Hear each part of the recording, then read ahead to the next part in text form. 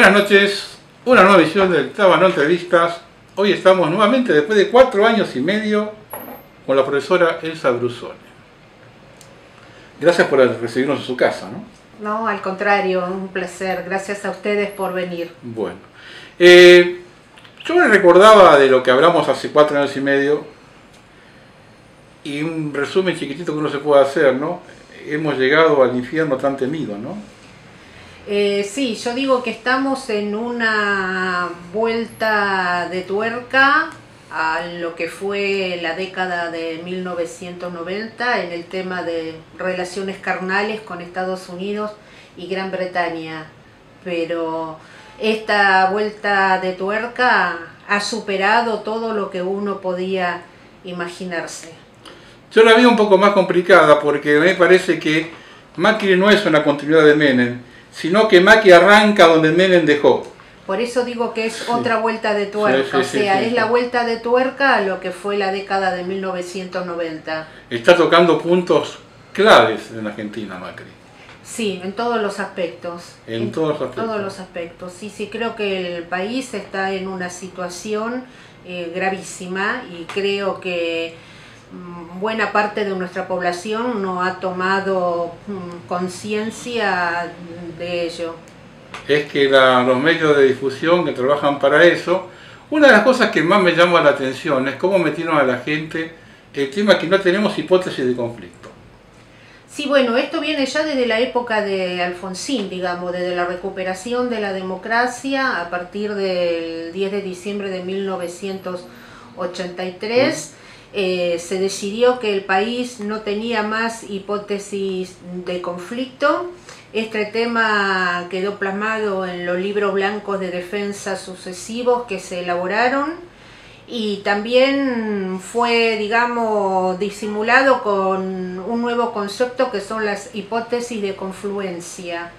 Y ha sido un error gravísimo porque el hecho de un país de poseer recursos naturales estratégicos que son cada vez más escasos, pero que además recursos que los países centrales, la Comunidad Económica Europea, los países de la OTAN, Estados Unidos no poseen porque los han depredado alegremente en el transcurso, digamos, de los años.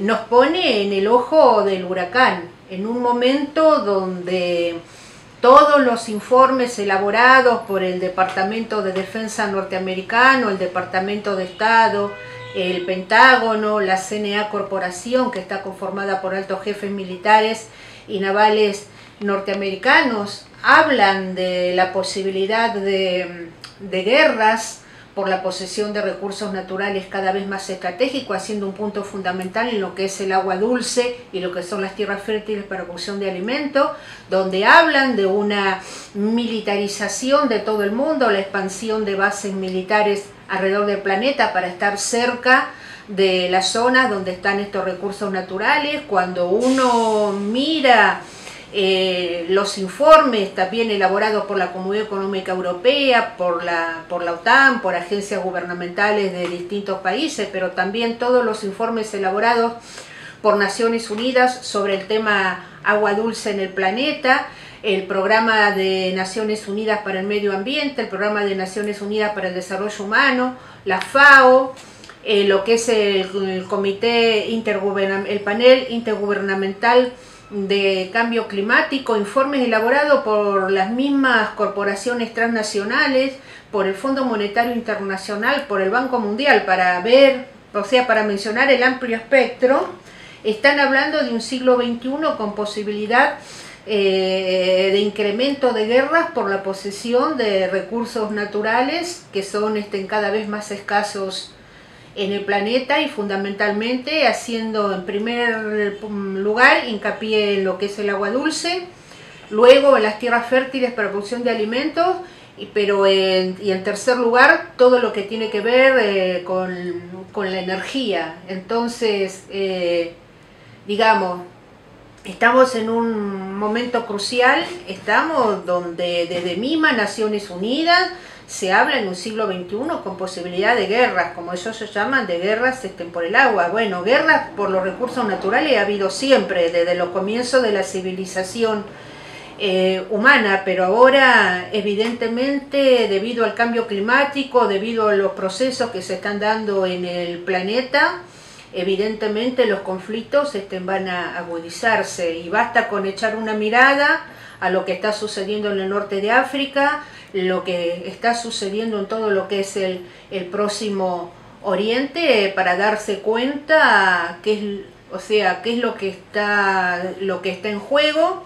Si yo también tengo en cuenta que la CN Corporación me dice en sus documentos que las regiones donde se encuentran los recursos naturales que son estratégicos y que Estados Unidos necesita para seguir siendo una potencia, la potencia rectora del mundo, están en todo lo que es nuestra América, están en el continente africano y están en algunos países asiáticos. Entonces esto también explica estas guerras en pequeña escala para nosotros, pero en gran escala para los países que las sufren, que estamos viviendo. Cuando el Papa dice que ya estamos en la Tercera Guerra Mundial, tiene razón. Es una tercera guerra que está parcelada. Exactamente. Pero estamos en guerra, y estamos en guerra por la posesión de recursos naturales.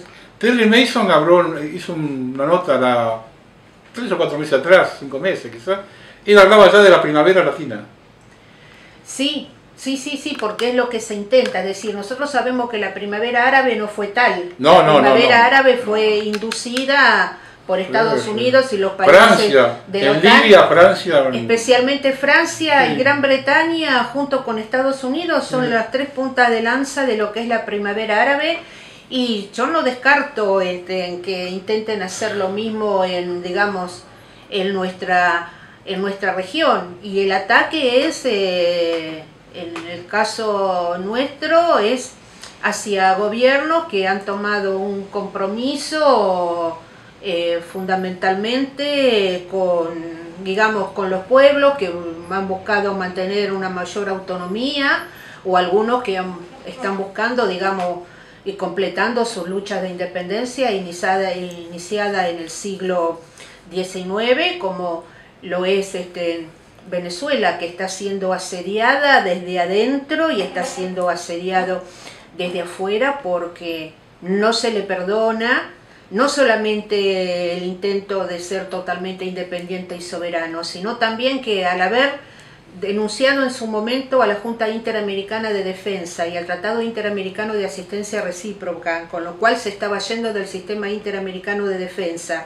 y al haberse retirado de la Organización de Estados Americanos, ha sido un golpe al corazón tremendo para Estados Unidos, dado que la OEA es el instrumento político, económico, militar, social, cultural, creado por Estados Unidos para tener el completo dominio de nuestros países, como ellos dicen, su patio trasero o el hemisferio occidental, como nos llaman. Entonces, aquellos países que intentan una vía de independencia, vías de soberanía, son peligrosos, porque hay que tener en cuenta que tanto para el complejo industrial militar norteamericano, que está conformado por las corporaciones transnacionales, como para todas las corporaciones transnacionales de cualquier tipo, el enemigo es el Estado-Nación. Entonces hay que destruir al Estado-Nación, hay que destruir a la nación, hay que destruir al país para poder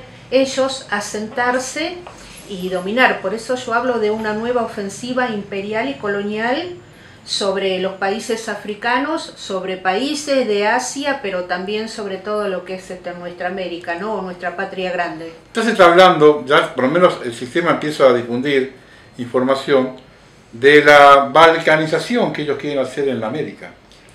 Venezuela, por ejemplo, hace unos días firmó con China la venta de petróleo con el petrolyuan.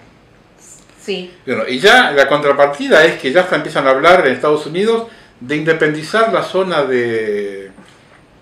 ¿dónde está el petróleo?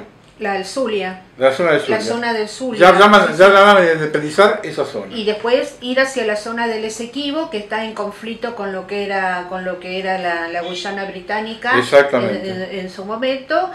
y que tratando de azuzar para llegar a un conflicto de carácter armado entre Guyana y entre la misma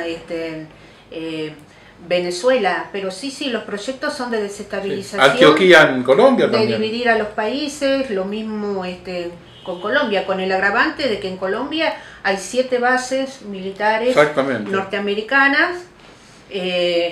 Prácticamente el país está ocupado de alguna manera, como lo está Panamá también, porque los marines volvieron a Paraná, se han hecho cargo de nuevo del canal, están presentes. Entonces, con el agravante que no tiene Venezuela, porque Venezuela no tiene bases militares norteamericanas en su territorio, pero Colombia sí las tiene. ¿Pero cuántas tiene Venezuela en la frontera? En la frontera con Brasil, con Colombia, con la Guyana. Sí, toda la Amazonia, claro. O sea, toda la frontera amazónica, hay aproximadamente como 25 bases. La mayoría de ellas disfrazadas de ayuda humanitaria. Como siempre. De ayuda para desastres naturales, para combatir enfermedades, que son las que nosotros le llamamos las encubiertas, ¿no? Porque no parecen bases militares, pero son bases militares. Y las otras desembosadas, están todo en Perú, están en Colombia, están también en Brasil, cosa que con el gobierno de Lula y Dilma no habían podido instalarse, pero ahora con Temer les ha vuelto a ofrecer la base de San Pedro Alcántara, que Lula en el 2003 la sacó, muy cerquita de Manaos, en la Amazonia, y que cuando ellos se fueron, la volaron a la base, dejando un tendal de muertos y heridos. Murieron 23 entre trabajadores, ingenieros y técnicos brasileños que estaban desarrollando el prototipo de lanzador satelital B1 en Brasil. Volaron la base antes de irse, porque cuando ellos ocupan territorio, uno no lo saca fácilmente. El precio que se paga por expulsarlos es muy alto. Este caso fue el de Brasil, le tocó al presidente Correa en Ecuador, cuando no prorroga en diciembre del 2009 la permanencia en la base de Manta, y el 30 de septiembre sufre un golpe de Estado a través de las fuerzas de seguridad de Ecuador, infiltradas por la CIA y por la DEA norteamericana, que dan el golpe de Estado que también fracasa. Es decir, lo sufre el presidente Evo Morales en Bolivia con las desestabilizaciones y los intentos de segregación, de separación de todo lo que es la zona del Beni y Santa Cruz de la Sierra, por no dejar instalar las bases y por haber expulsado a la DEA. La sufre también Venezuela con el presidente, la sufre el presidente Chávez, pero también, digamos, lo sufre el presidente Maduro, justamente por esta decisión de pararse frente a Estados Unidos y decirle: ustedes aquí no entran, los recursos son nuestros, el petróleo es nuestro, Venezuela nos pertenece a nosotros. Entonces, los precios en que se pagan son altísimos, y tenerlas dentro de un país significa desestabilización para el país, significa intento de desintegración, ¿no? O sea, yo siempre digo que coloca al borde de la desaparición de los estados, desaparecerle las naciones, y siempre el plan ha sido ese. Exactamente. Argentina tiene 2 problemas en el norte, graves, que no se habla. Uno más o menos algo se habla, que son las 2 triples fronteras. La tiene frontera con Brasil y con Paraguay, en la zona de Iguazú, donde Macri muy brevemente está autorizando, quiere autorizar poner una base militar. Sí, que no ha podido implementarlo porque ese acuerdo tiene que pasar por el Congreso de la Nación. Hay pedidos de informe en diputados, hay también ha habido pedidos de informes en senadores, pero está toda la provincia de Misiones, es decir, superando, digamos, diferencias ideológicas que puedan existir o diferencias sociales, está toda la población de pie luchando en contra de eso. Qué casualidad, en la triple frontera, que es uno de los puntos más importantes de carga y recarga del acuífero guaraní, el 4º gran reservorio de agua subterránea del mundo. Es el 4º gran reservorio, y es el que repone más rápido. Es el que repone más rápido. Sí, sí, es el primero en cuanto a la reposición, sí. El cuarto en cuanto a volumen y el primero en cuanto a recarga, ¿no? Estamos hablando de un reservorio que tiene capacidad para abastecer con 80 kilómetros cúbicos por año, donde cada kilómetro cúbico es igual a 1 billón de litros de agua, en términos matemáticos un 1 con 12 ceros atrás, a 720 millones de personas por 300 litros por día por persona, o a toda la población del mundo a razón de 100 litros por día durante 200 años. Estamos hablando de estos volúmenes en un mundo donde el agua dulce ve cada vez más amenazada, sobre todo por los cambios climáticos y la contaminación. Y en la zona norte, en la otra triple frontera, es justamente el triángulo del litio. Exacto, y ahí está el problema. Transformado en la niña bonita. No, hay dos triángulos. El triángulo de Bermejo, es otro. porque ahí quieren también dividir, sacarle a Bolivia, sacar la zona de Santa Cruz, Beni, Trinidad, claro, separarlo de... Ahí está la cuenca petrolífera. Sí. Y la triple frontera con Bolivia y con Chile, sí, ahí está el litio. Ahí está el litio. Y donde Evo Morales no quiere... No, porque en Bolivia todo el litio es propiedad del Estado, del Estado nacional, o sea, es de Bolivia.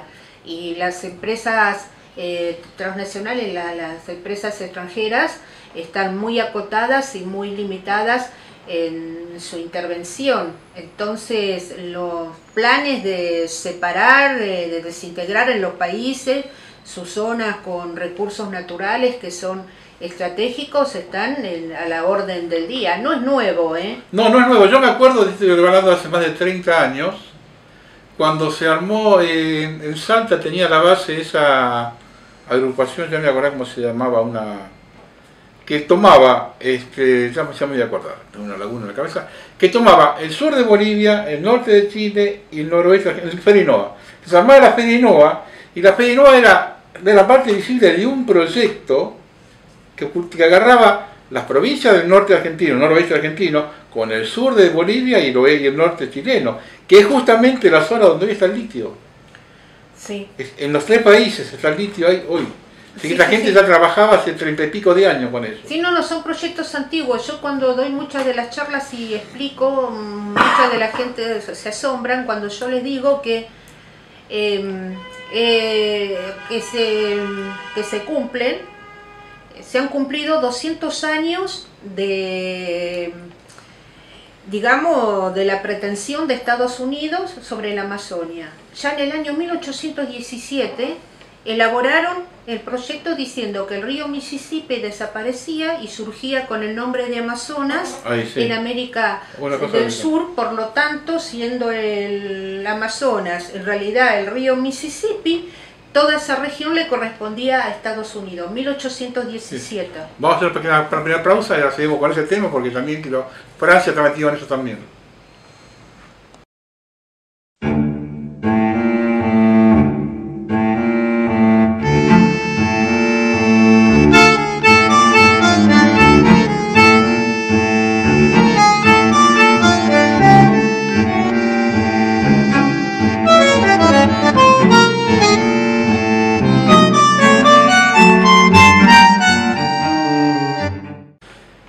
Francia también una vez yo escuché a unos pocos años con pretensiones sobre... No pretensiones, sino que también reclamaba la separación del Amazonas de Brasil. Sí, a través de Guayana, como la Guayana francesa sigue siendo una colonia, no se ha independizado como las otras 3 Guayanas, claro, de las 3. Sí, pero también depende la Guayanesa también depende del gobierno de Ámsterdam, ¿no? Sí, pero están, digamos, en una línea más de integración a raíz de toda la política que realizó el presidente Hugo Chávez, están más con Petrocaribe y están más para la CELAC, están más yendo, digamos, hacia la línea nuestra americana. Pero Francia sí lo utilizó, y sobre todo François Mitterrand utilizó la Guayana francesa haciendo proyección hacia la Amazonia para declarar a la Amazonia también diciendo que como perteneciente a Francia. Por eso el proyecto de intentar declarar a la Amazonia como patrimonio de la humanidad, cosa que no consiguieron, porque es peligrosísimo. Es decir, Lo del patrimonio para la humanidad, explíqueselo a la gente, porque la gente no lo sabe. Claro, patrimonio para la humanidad cuando tiene que ver con bienes culturales, con ciudades antiguas, con lo que tiene que ver con la civilización humana, con la cultura, es maravilloso porque se obtienen fondos para la obtención, digamos, y la restauración y el mantenimiento. Sí. Patrimonio de la humanidad son las pirámides de Egipto, por ejemplo, las ciudades mayas, las ruinas jesuíticas en Argentina. Las ruinas jesuíticas. Son también Machu Picchu, bueno, diversos lugares, la Gran Muralla en China, bueno, que tiene que ver con el desarrollo de la cultura humana. Ahí no hay problema, el problema es cuando son recursos naturales. ¿Por qué? Porque si bien surge con buenas intenciones en la década del 70 para mantener zonas naturales, para mantener el equilibrio ecológico, para mantener, digamos, una buena calidad de vida, preservar de alguna manera el planeta, le agregaron unos protocolos. En estos protocolos determinan que la soberanía del Estado sobre esa zona queda restringida. Es decir, se aceptan una serie de normas y de restricciones. Supongamos que yo tengo un bosque que es patrimonio de la humanidad, pero resulta que cerca de ese bosque yo tengo población. Y descubrí que puedo utilizar ese bosque, por supuesto reponiendo el árbol que voy a sacar o algo, para lograr un desarrollo social y económico de la población que yo tengo asentada. No puedo hacerlo, porque me comprometí a mantenerlo intangible, no se puede tocar. Y en base a este concepto de patrimonio de la humanidad, nosotros nos encontramos con extranjeros que llegan, ha pasado esto aquí en Argentina, sobre todo en la quebrada de Humahuaca, que es patrimonio de la humanidad, con todos y presentándose ante los pueblos originarios, diciendo que el Estado argentino no tiene soberanía sobre la zona porque al ser patrimonio de la humanidad les pertenece a todos y por lo tanto vienen con títulos de propiedad diciendo que es de ellos. Esto de patrimonio de la humanidad lo aprovechan las corporaciones transnacionales para decir que como la soberanía de los estados nacionales está restringida y como los estados nacionales son incapaces de mantener las zonas de acuerdo a lo que establecen los acuerdos que se han firmado, ellas vienen a hacerse cargo del control y el mantenimiento de la zona. Ahora, Argentina tiene las cataratas del Iguazú, tiene los hielos continentales, la quebrada de Humahuaca, todo lo que es el Valle de la Luna en San Juan, pero Chigualato de Talampaya para el lado de La Rioja, la península de Valdés, también. El glaciar Perito Moreno, es decir, toda zona con recursos naturales, es zona con agua, con tierra fértil, con minerales, hidrocarburos, es decir, con todo como patrimonio de la humanidad. Entonces, la única manera de dejar de ser patrimonio de la humanidad es, a través de un proyecto de ley del Congreso de la Nación, se eleva a la UNESCO diciendo que el país no quiere ser más, tener esa zona como patrimonio de la humanidad, que es lo que hizo Ecuador con las Islas Galápagos, que estaban bajo patrimonio de la humanidad. Ahora están peleando por una erradicación de unos hoteles, están peleando ahí en Galápagos ahora. Sí. Entonces, digamos, estos son los peligros. Algo que nació con muy buenas intenciones fue aprovechado por los países más poderosos del planeta y por las corporaciones transnacionales para utilizarlo como una llave de entrada para apoderarse ellos. Es decir, yo siempre digo, esto es como el cuento del gallinero, ¿no? Donde yo pongo el zorro a cuidar al gallinero y ya sabemos lo que pasa con los gallos y la gallina. Y fíjese lo que pasó con los parques nacionales nuevos que quieren imponer. Tompkins compraba miles y miles de hectáreas en el sur de Chile, murió en ese accidente medio extraño, la viuda donó todo al gobierno de Chile con la premisa de que se construya un parque nacional ahí. Pero ahora ya están hablando de juntar en un solo parque nacional binacional. Sí, que es el Pumalí. El Pumalí. Del lado argentino y del lado chileno. Ya empezamos con problemitas.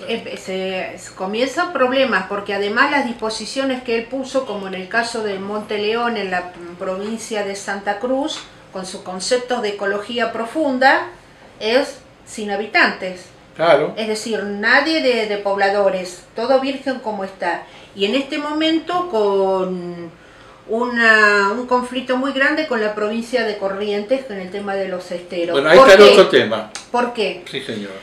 Porque por la constitución de la provincia de Corrientes, reformada en el año 2007, todos los esteros de Liberá y el acuífero guaraní son patrimonio del pueblo correntino. Entonces, no puede la viuda de Tomsky donarle al Estado Nacional tierras que no son de ellos, porque pertenecen al pueblo de Corrientes. Entonces, ¿Ahora Tomsky en algún momento las compró esas tierras? Esas tierras Tomsky las adquirió allá por el año, cuando gobernaba Menem, lo invitaron a venir y compró, no son compras buenas, compró a través de testaferro, o sea, sí, hay una a 2 pesos la hectárea. Hay una historia muy negra en Corrientes con respecto a los esteros de Liberá. Hay que hablar con los residentes locales en los esteros que le cuenten lo que ha sido para ellos Tomsky. Yo he estado en Corrientes, los he estado acompañando en la lucha. He estado colaborando en la redacción de la nueva Constitución del año 2007. De hecho, fui la única persona no correntina que estuvo presente en la jura de la Constitución. Habría que preguntarse por qué, cedida la silla de la presidenta de la legislatura, con todos los honores, muy agradecida al pueblo correntino, había adquirido estas 200.000 hectáreas, con títulos que no están claros, como todos los extranjeros que han adquirido tierra en la Argentina. No hay títulos claros, como tampoco están claros los títulos de la oligarquía argentina quedándose con las tierras después de lo que fue toda la campaña al desierto y todo lo demás. Sí, pero hagamos en esta abstracción. Compra.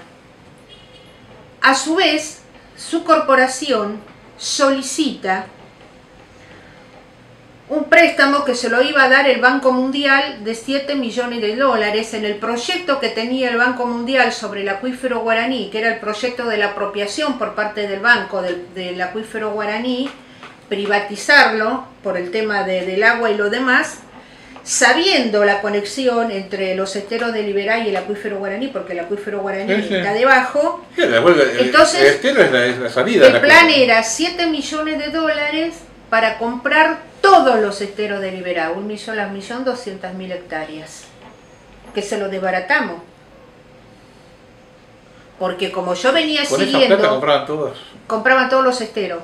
Porque como yo venía siguiendo todo lo que es el acuífero guaraní, veníamos trabajando con las organizaciones de Brasil, con el Parlamento de Brasil, veníamos trabajando con organizaciones de Paraguay y de Uruguay, trabajamos nosotros de acá de Argentina, logramos descubrir toda la trama como venía y logramos avisar a la provincia y poner al pueblo de la provincia, digamos, de pie en contra de esto. Pero el plan era comprar el 1.200.000 hectáreas con 7 millones de dólares del Banco Mundial, bajo supervisión y control del Banco Mundial. Eso se logró impedir y se tuvo que quedar con las hectáreas originales que tenía, 200.000, se logró preservar y salvar el resto. Y ahora hay un conflicto, porque la viuda de él dona estas hectáreas al gobierno nacional para que hagan un parque nacional, pero eso pertenece al pueblo de Corrientes. Pero aparte se exige que el pueblo de Corrientes, la provincia de Corrientes, aporte no sé cuántos miles de hectáreas más. Claro, no, eso es del pueblo de Corrientes, le pertenece al pueblo de Corrientes. La idea del pueblo de Corrientes es tenerlo como un parque provincial, pero controlado por ellos, manejado, es decir, por el mismo pueblo, y donde los pobladores que hay sigan viviendo en los lugares que están, porque hay pobladores dentro de los esteros que viven en armonía con la naturaleza, conservando sus formas de vida ancestrales. No es que están vacíos, hay criollos. Hay originarios viviendo en... Ahora, yo con el gobierno que tiene Corrientes en este momento, diría que arrodillado a la iglesia a rezar ya, porque ese gobierno muy dependiente del gobierno de Macri. Y bueno, Colombia no era mejor. Y aparte Colombia tiene ese hecho de que paró ese procedimiento antidroga en Goya que lo paró él personalmente. Sí, sí, sí, sí. Bueno, pero estas son las cosas que todavía Argentina no ha resuelto, porque a partir de la reforma de 1994, que yo digo que es del pacto Menem-Alfonsín, que creo que esa reforma del 94 es para mí es uno de los hechos más grandes de traición que se le haya hecho a la patria. Pero aparte es ilegal, porque esa reforma del 94 reformó la Constitución del 57, que había surgido, no vamos a tocar ese tema ahora, pero anuló la del 49 con un decreto de un gobierno militar, de facto. No, ahí me explicaron, en la vez pasada en un programa de entrevista que hicimos, alguien explicó la diferencia entre gobierno de facto y este. No, sí, era diferente. Era distinto, bueno, sí, porque fue en el 57, sí. Por un decreto de un gobierno militar se deroga una constitución que había sido reformada siguiendo los cánones de la que reformaba, y encima la nueva constitución se aprueba en minoría. Bueno, y la del 94 renovó eso. Yo quiero volver un 5 minutos para atrás. El tema de las tierras que se están sacando a la gente, no solamente son originarios. Sí, de campesinos también. Claro, porque en la quebrada de Humahuaca se han sacado tierras de gente que hace 150 años que vivían ahí. Sí. Y en Santiago del Estero y en zona de Salta ahora se están sacando tierras para la soja a gente que hacía 100 años que estaba ahí. Y son de comunidades también, de campesinos que están asentados. Pequeños también propietarios que eran de agrarios, decir, de todo lo demás, se avanza. Es decir, el avance es sobre los criollos, es sobre los campesinos, sobre agricultura familiar, y es también sobre pueblos originarios. Es decir, se avanza sobre todos. Y con el otro agravante que muchos de los terratenientes que había en la Argentina, cotizando también en dólares la tierra con el monocultivo de la soja, arrendaron las tierras a las grandes corporaciones sojeras. Claro. Entonces, sí, porque esto avanza con la espada de Monsanto adelante. Sí, ahora Monsanto-Bayer, sí, pero avanza con eso. La fusión. Eso de proa. Sí, entonces va avanzando, dejando todo el tendal que ya sabemos de devastación, de muerte y de todo, porque basta caminar por la zona donde están estos monocultivos con todos los venenos que conllevan y todo para... No, pero estaban consumiendo todos los argentinos.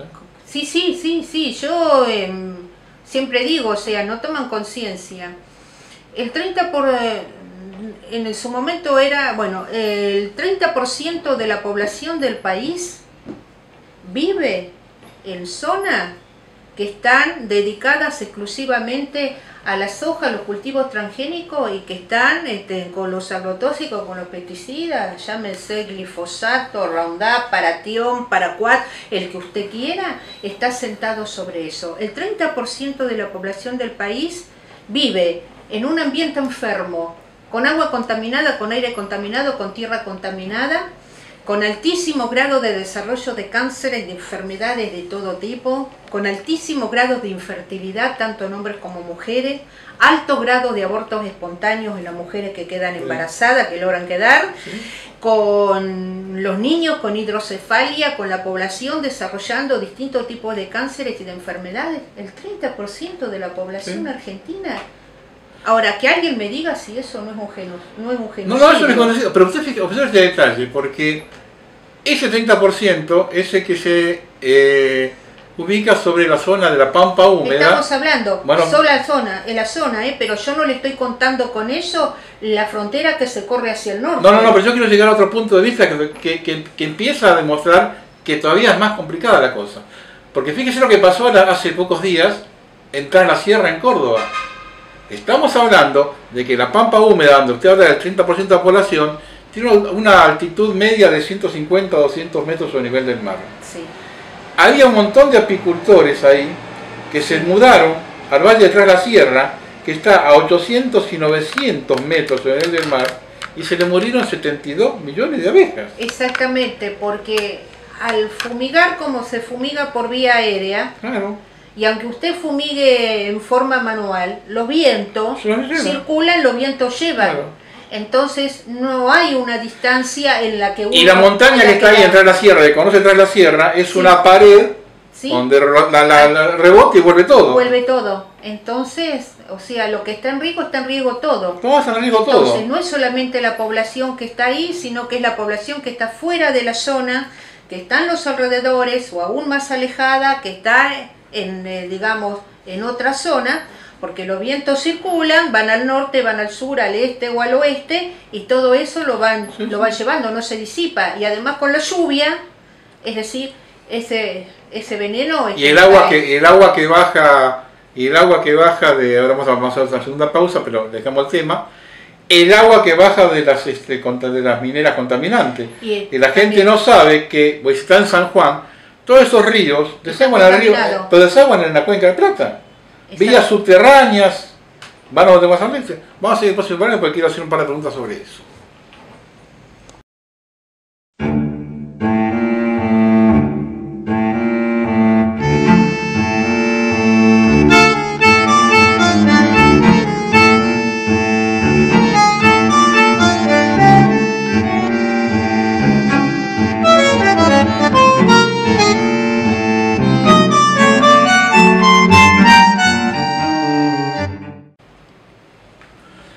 Ese es el tema, el tema del agua contaminante que baja con la barriga a la cabeza.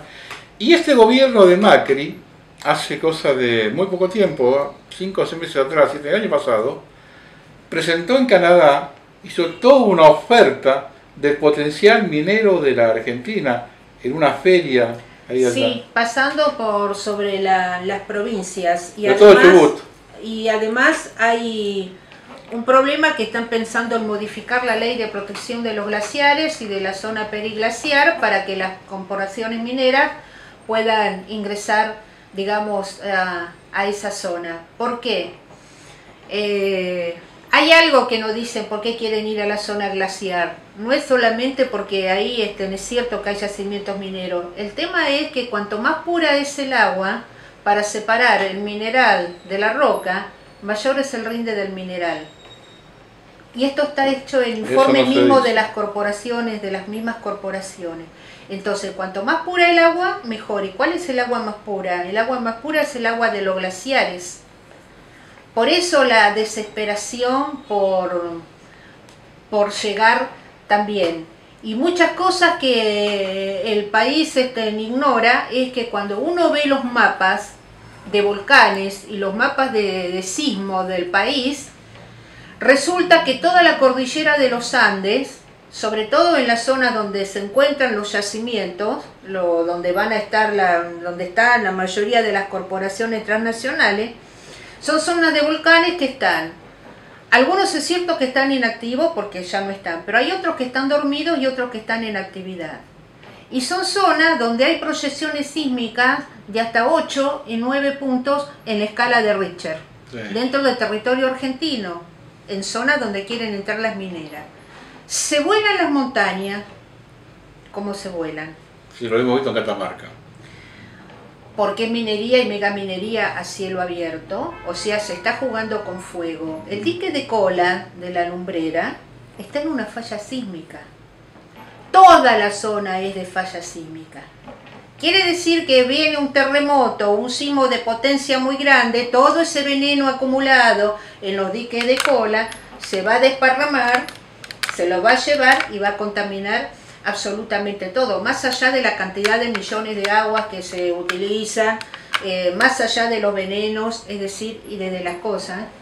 Estamos atentando contra el equilibrio ecológico, estamos atentando contra la naturaleza, estamos jugando con fuego. Y esto no significa que yo diga que no hay que hacer minería. Sí, pero hay maneras de hacerlo. Minería en pequeña escala, de forma subterránea, usando conocimiento ancestral con la tecnología y la ciencia para satisfacer las necesidades exclusivamente del país. Nada más.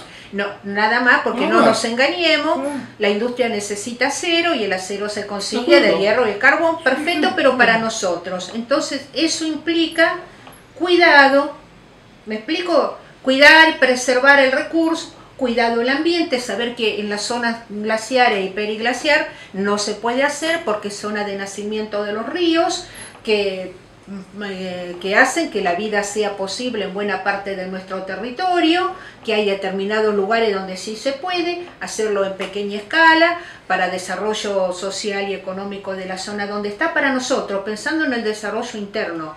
Sí, ahora, de la forma en que se está haciendo, no. Pero aparte comercialmente, además de todo, estoy completamente de acuerdo con lo que yo te...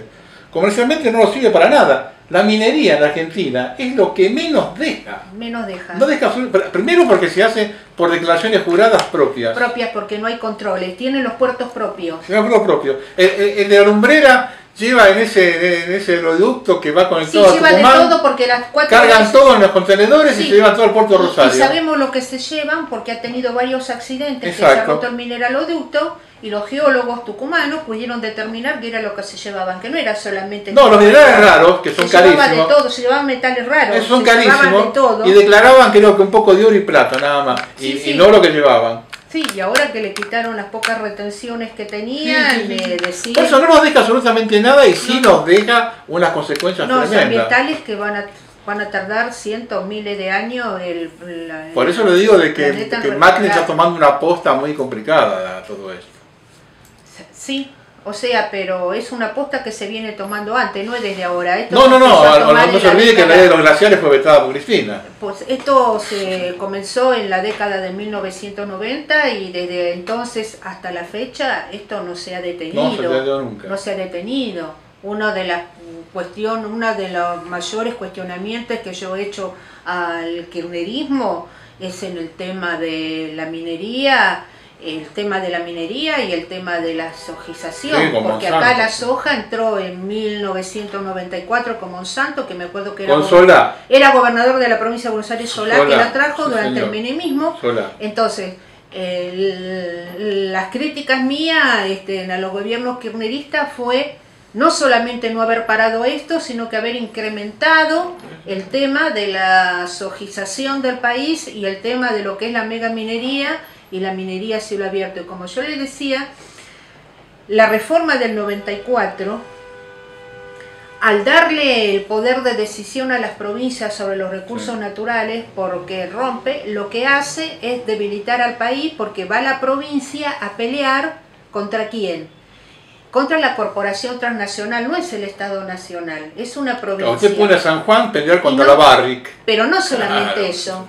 Produjo esto, por ejemplo, leyes que son adoptadas por el Congreso de la Nación, no entran en las provincias porque dicen que son violatorias de la soberanía de las provincias.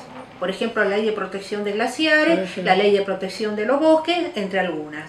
Después, algunas decisiones de la Suprema Corte de Justicia de la Nación son cuestionadas por las Supremas Cortes de Justicia provinciales porque dice que son violatorios de la Constitución Nacional que le da a ellos ciertos derechos.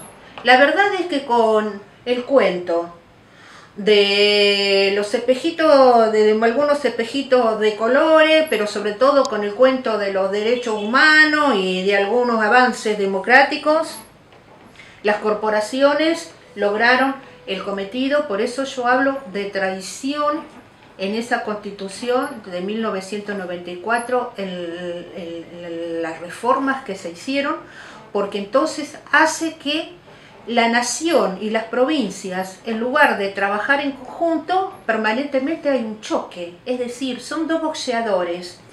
Entonces, decisiones que se toman en favor de todo el pueblo no entran en la provincia porque dice que le están violando absolutamente los derechos. Y esto coloca a los países al borde de la desintegración y desaparición como naciones. Es el falso federalismo. Es esas constituciones calcadas de la Constitución de Estados Unidos y calcada mal, todavía porque la calcaron mal en 1853, es decir, un calco, no fuimos capaces de inventar, no fuimos capaces de crear, pero aún así todo, con esa de 1853 que era mala, no estábamos en las condiciones pésimas en las que estamos ahora, donde a cambio de un tercer senador, el radicalismo no vaciló en bajar las banderas, en hacer un pacto y en hacer algo que es totalmente lesivo para lo que es nuestra permanencia como país, ¿no? Como la patria, y nos coloca en estos desastres en los que estamos inmersos desde hace mucho tiempo.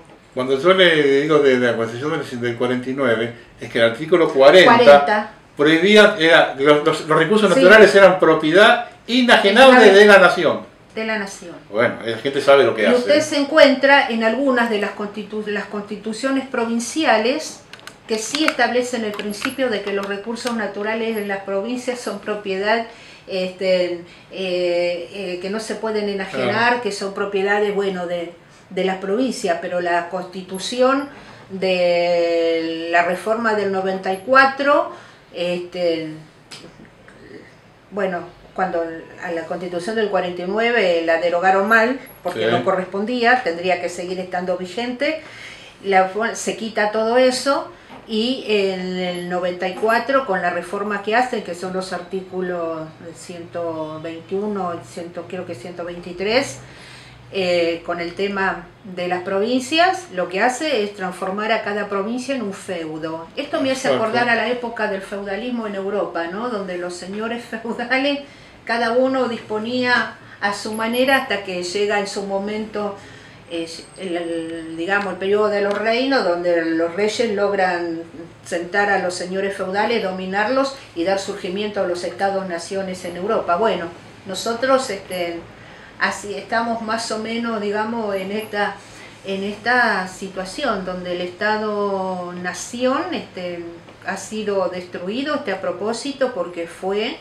la orden de las corporaciones transnacionales, y acá se votó eso. Creo que algunos diputados y senadores, algunos de los convencionales, a lo mejor creyeron de buena fe en esto. Es lo más granado de la política argentina, Santa Fe. Sí, pero creo que en esta convención del 94, por más que haya estado lo más granado del país, creo que la ignorancia, el mucho de ello fue muy grande, y en otros sumaron a la ignorancia la corrupción. La complicidad y la corrupción. Estoy totalmente segura. Estoy totalmente segura. Es imperdonable lo que hicieron en 1994. Y yo no me olvido. Como profesora de historia, tengo memoria de quiénes son los que realmente han defendido los intereses de la patria y del pueblo, y de quiénes no. Entonces se me hace muy difícil, cuando los veo pululando y dando vueltas, darle un voto de confianza, o pensar si realmente cambiaron o no cambiaron y se dieron cuenta de lo que cometieron. Pero es el mismo daño que Alberdi 30 años más tarde pide disculpas. Y Alberdi 20 años más tarde, cuando vio el giro que le daba Roca a la elección de los senadores, Alberdi se dio cuenta que se equivocó. Bueno, y ahora me equivoqué también lo que hice en el 94. Bueno, hay que hacer una nueva constitución. Hay que retomar, en todo caso, como base la Constitución de 1949 y traerla a lo que es el siglo XXI, porque hay que cambiarla, si no están dispuestos a ser creativos. Y también no sé si no hay que remodificar el sistema de gobierno. Y hay que modificar. El sistema de gobierno, completamente diferente. Sí, hay que modificar, por supuesto. Tenemos que incorporar revocatoria de mandato, rendición de cuentas, revocación más directa, democracia participativa directa, referéndum, consultas populares, plebiscitos, los jueces elegidos por voto popular y que no estén eternamente atornillados, que rindan cuentas, como en Estados Unidos. En Estados Unidos, en algunos de los estados, los jueces son elegidos por voto popular. Están en las funciones mientras la población considere que cumplen con su función. Por ejemplo, el juez norteamericano en los juicios de Nuremberg contra los jerarcas nazis había sido un juez de Estados Unidos que había terminado su mandato en el tiempo justo, por decisión de la población, que había decidido no renovarle porque hacía mucho tiempo que estaba y había sido un buen juez. Entonces, en función de eso, ese juez norteamericano es uno de los jueces que juzga a los jerarcas en Nuremberg, y estamos hablando del año 1945. Es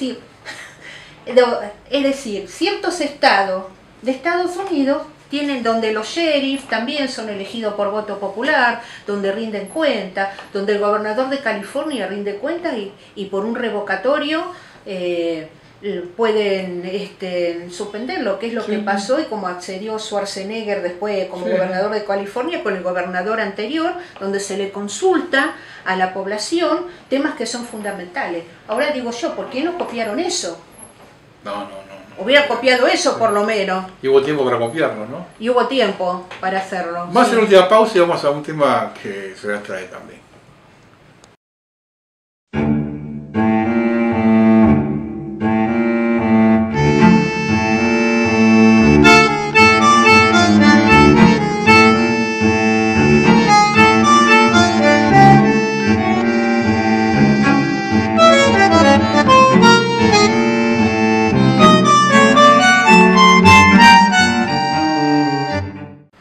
Y en medio de todo esto, desaparece un submarino con 44 tripulantes. En una, salvando las cosas porque es un hecho trágico, parece una comedia de enredos, mal comedia de enredos, un sainete de clase B. Sí, pero era la crónica de una muerte anunciada, sí, ¿no? Sí, porque ahora es decir, con todos los documentos que están saliendo a la luz, donde están las auditorías, donde están las pericias en su momento, indicando que el submarino no estaba en condiciones de salir, donde ya había tenido, digamos, problemas técnicos, donde en la presentación que hace en mayo del 2017 Marcos Peña ante el Congreso de la Nación, la diputada Nilda Garré le pregunta si han hecho las tareas de mantenimiento del submarino, del carenado, porque todos los años hay que hacer mantenimiento, y él no responde por el San Juan, responde por el otro San Luis, el que está en Santa Cruz, Santa Cruz, que dice que recién va a estar operativo para el año 2019. Están los testimonios que dan los familiares de los tripulantes que le habían comentado, los diarios de los tripulantes,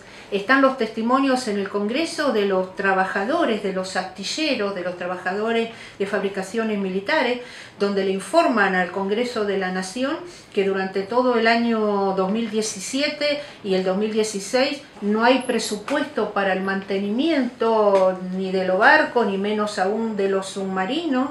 Entonces era la crónica de una muerte anunciada cuando ya había tenido problemas en el mes de septiembre el submarino, y donde los últimos informes detallan que tenía que ir para una revisión, pero como que tenía que salir ahora, la iban a hacer a la revisión en el mes de diciembre, y sale directamente tarde o temprano.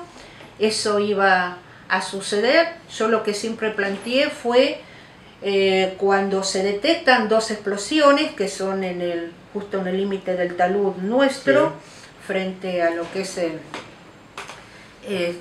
lo que vendría a ser la zona de Comodoro Rivadavia, pero en la zona del talud, la hora que se detecta, que esa información se recibe en el momento. Nosotros pertenecemos ¿Tenemos un sonar cerca de Tierra del Fuego nosotros?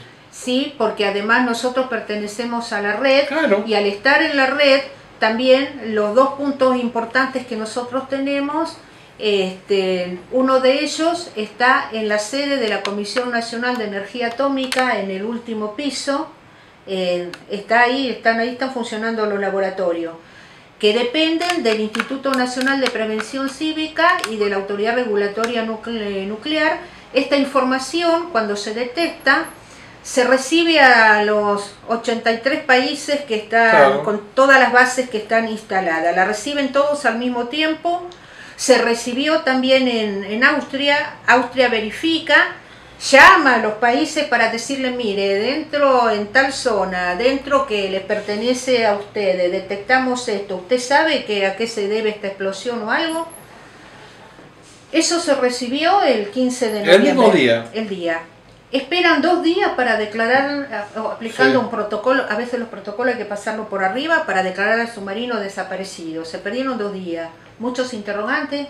¿Qué hacía solito si estaba con problemas de avería y de todo lo demás? ¿Por qué no lo acompañó un buque de superficie? Porque normalmente van acompañados por buques de superficie para evitar esto. Muchos interrogantes. Se esperó 2 días. lo que está pasando, yo ayer leía las declaraciones de un almirante ruso. El almirante dijo que va a ser muy difícil poder encontrarlos por el tema de las dos explosiones, por el tema de del talud, 3.000 metros de profundidad. El buque Chantar los ha buscado a los 3.000 y a los 6.000 metros. No. ¿Pero no estaba pidiendo buscarlo más al sur el buque Chantar? Nada. ¿Y lo que no autorizan acá? Estaban intentando ir más al sur. ¿Por qué? Porque como hay corrientes marinas, las corrientes marinas pueden llevar, si hubo la explosión y todo, y explotó, pueden llevar los restos a otra parte. El avión de Malaysian Airlines, que desapareció hace como 3 años, sí.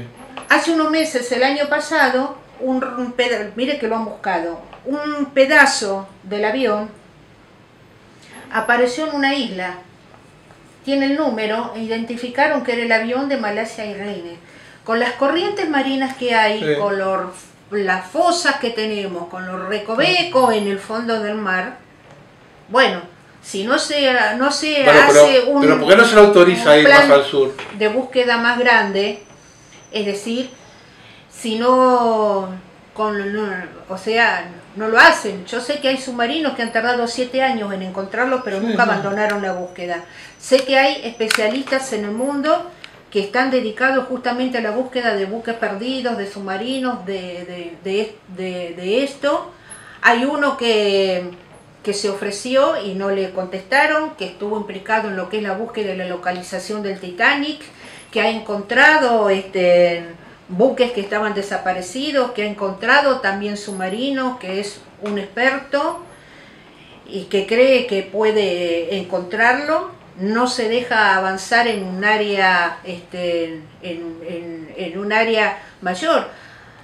Será por los acuerdos que tenemos hechos con Gran Bretaña, por los tratados de Madrid, donde le tenemos que notificar de todo a lo británico. Entonces yo leía que están preocupados la OTAN porque el Chantar está en aguas argentinas, estaba buscando al submarino, que hubo presiones de Gran Bretaña para abandonar. Por eso, porque acá hay un par de cositas que hay que tener en cuenta. Cuando acontecen 4 o 5 cosas extrañas, ¿no? Que no se comuniquen enseguida. A ver, usted puede tener el protocolo que diga 2 días, pero si usted normalmente recibe comunicaciones cada 15-20 minutos del submarino, en cuanto no recibió comunicaciones 3 horas, ya sabe que algo pasó ahí. Bueno, sí. Pero el cúmulo de errores, y que Bardi salga diciéndolo 4 o 5 días más tarde, eso de las explosiones detectadas en Austria, por ejemplo. Sí. Mira, justo en la última comunicación del submarino, fue en el lugar donde el submarino le había dado la última comunicación. Entonces, no dejar al ruso ir a otras aguas.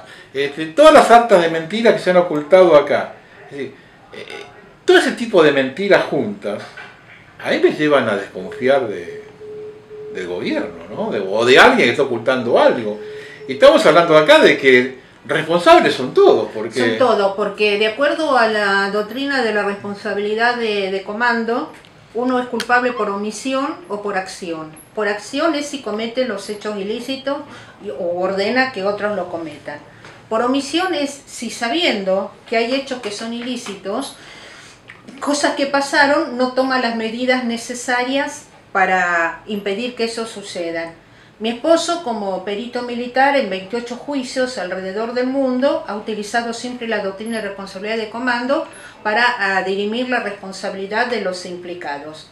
En algunos casos se los ha condenado porque se aplicó la omisión, en otros se aplicó la acción y en otros las dos cosas juntas contra militares de distintos países implicados en hechos de violaciones a derechos humanos. Entonces, cuando uno mira la cadena de mando, ¿qué pasa? Yo puedo delegar la autoridad. Lo que yo nunca puedo delegar es la responsabilidad.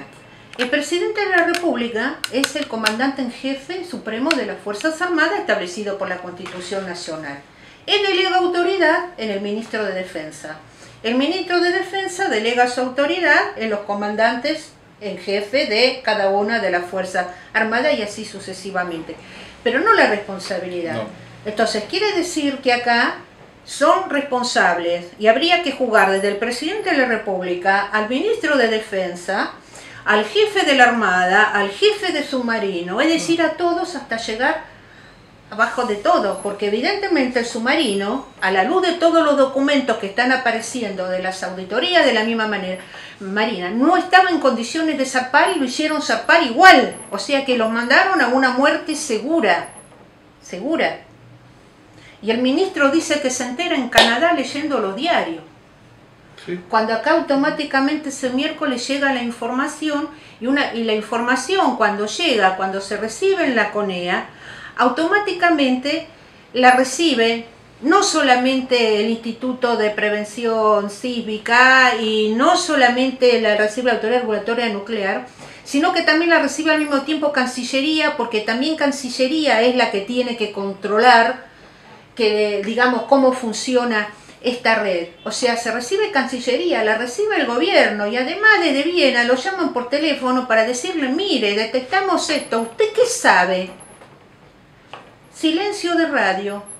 48 horas después es un silencio cómplice, ¿no? Se decreta la emergencia. Es un silencio cómplice. Entonces, para mí, sabían que el submarino no está, porque lo sabían, no estaba en condiciones de navegar y lo mandaron igual.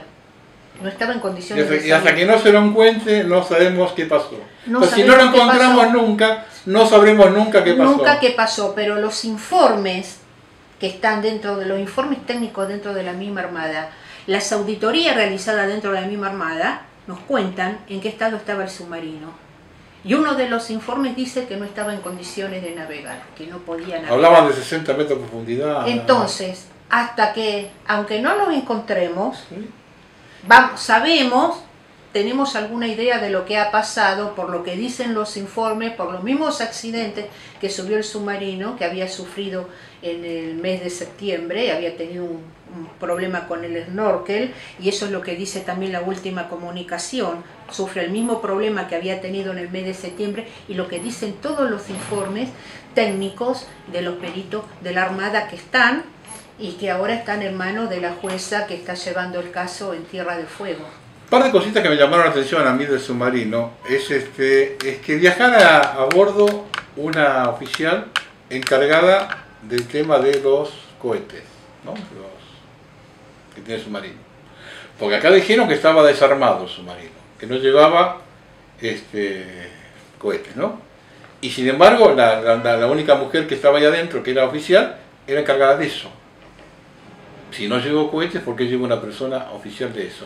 Y segundo, la presencia de los Era el primer viaje de ella en el submarino. Había hecho todos los cursos de Mar del Plata y volvía. Claro, ella había hecho los cursos de entrenamiento en el extranjero y era su primer viaje en un submarino argentino. El primer viaje, el debut con ella en un submarino. Es el de Mar del Plata, Tierra del Fuego, esa era la vuelta. Claro, ella iba a Tierra del Fuego y volvía. Era como su viaje de bautismo. Había algunos de los tripulantes que también tenían el viaje de bautismo. ¿Y los 6 buzos tácticos? No, era un solo oficial era uno solo de los tripulantes que había hecho el curso de inteligencia naval. No llevaba buzos tácticos. ¿Hablaban de buzos tácticos? ¿Dijo siempre eso? No. Ah, bueno. No. Un oficial que había hecho inteligencia naval y que también estaba haciendo, digamos, su práctica en la vigilancia, ver de los buques pesqueros que pudiera haber, si había buques de otra naturaleza dentro de lo que es nuestro mar argentino, nuestro mar territorial, pero los mandaron sabiendo que no estaba en condición el submarino. El milagro fue que llegaron hasta Ushuaia y regresó, que llegara hasta donde llegó, donde sucedió el accidente. O sea, el milagro es que pudieron llegar a Ushuaia, porque las condiciones, cuando uno lee los informes técnicos y todo, que han salido a la luz y siguen saliendo, y lo que dicen las pericias y las auditorías navales, todo de los controles, no estaban en condiciones de llegar a Ushuaia. No estaba en condiciones. Entonces, ya como para terminar, entonces, quiere decir que toda esta barbaridades que ha dicho y este accionar del gobierno es para tapar esa responsabilidad. Para mí es para tapar la responsabilidad de mandar un buque que no está en condiciones. Que no estaba en condiciones. Para mí es eso. De un buque que cuando se lo entrega a Tandanor, le hicieron la reparación de medio término, ellos firmaron el remito. Sí. Este gobierno, es decir, no se puede sacar el lazo. Exactamente, Este gobierno en junio o julio del 2016, por ahí, claro, pero, firmaron el remito. Claro, pero él había sido reparado en el 2015. Entonces, todos los años hay que hacerle no, pero se le hizo la demás. reparación en el 2015. Después se hizo unos viajes por la garantía. Claro. Y después se hizo un segundo prueba más de la segunda garantía. Claro. Y ahí, cuando terminó con eso, es donde este gobierno firma la entrega. Ellos firmaron la entrega. Entonces no puede echar la culpa a nadie. Pero a fin de 2016 tenía que volver. Sí, volver a hacer. Tenía que volver a hacer el control y todo lo demás en el 2017 porque se hace todos los años porque es un submarino del año 1985. Los submarinos actuales no son esto, los submarinos actuales tienen cascos dobles y triples, están preparados de otra manera para evitar accidentes, explosiones internas y lo demás, porque la ciencia y la tecnología han avanzado muchísimo. No es para tapar la responsabilidad de todos ellos, sabiendo que no estaba en condiciones, lo mandaron a morir. O sea, son responsables de la muerte de 44 personas. Todo esto que hacen es para tratar de diluir y de tapar todas las responsabilidades que ellos tienen, pero son responsables, doctrina de responsabilidad de comando. Bueno. Se delega la autoridad, pero no se delega la responsabilidad. Bueno. Y mientras tanto, tenemos 44 que... Esperemos, lo único que espero es que los familiares, no todos, pero bueno, algunos sigan en la lucha para que esto no se sepulte. Yo creo que van a continuar. Y sí, lo que creo que hay que seguir haciendo, y yo dije, es seguir buscando. No importa cuántos años se tarden o algo, hay que seguir. El gobierno ofrece una recompensa absurda que no cubre ni los costos de mover un barco, 5 millones de pesos, una cosa así. Es tomar el pelo a la gente. No es por recompensa, es llamar a los expertos realmente que busquen y que tarden el tiempo que tenga que tardar, pero hay que buscarlos. Hay que buscarlos. Yo creo que si a Rusia se le dan las condiciones que ellos piden, ya lo buscan. Putin está dispuesto a buscarlo. Sí, pero si quiere 100 kilómetros para el sur y no lo dejan, bueno, estamos hablando de otra cosa. Entonces hay que ver de quiénes son las presiones, porque ahora sabemos que la OTAN y Estados Unidos están muy preocupados por la presencia del Yantar en aguas de Argentina, y que hicieron como algunas quejitas hubo, que cómo permitían que el Yantar estuviera explorando en el mar nuestro, porque nuestro mar territorial. Pero ellos no dicen nada, que en el medio de la búsqueda del submarino hubo un avión, de esos aviones que también buscan submarinos y buscan todo, y ese avión estaba el 30% de su tiempo buscando el submarino y todo el resto recorriendo por todos lados. Claro. Un avión que se lo vio aterrizar en Bariloche, en otro lado, y ese andaba 4 horas buscando un submarino y 18 o 20 horas revolviendo por todos lados. Un avión norteamericano. Sí, es así. Pero bueno, nos consideran, somos su patio trasero, les pertenecemos, mande patroncito, mande señor, aquí estamos para servirle, entonces hacemos todo lo que nos dicen. Bueno, hasta aquí hemos llegado. Bueno. Le agradezco. No, gracias a usted. Nos veremos en la próxima semana. Gracias.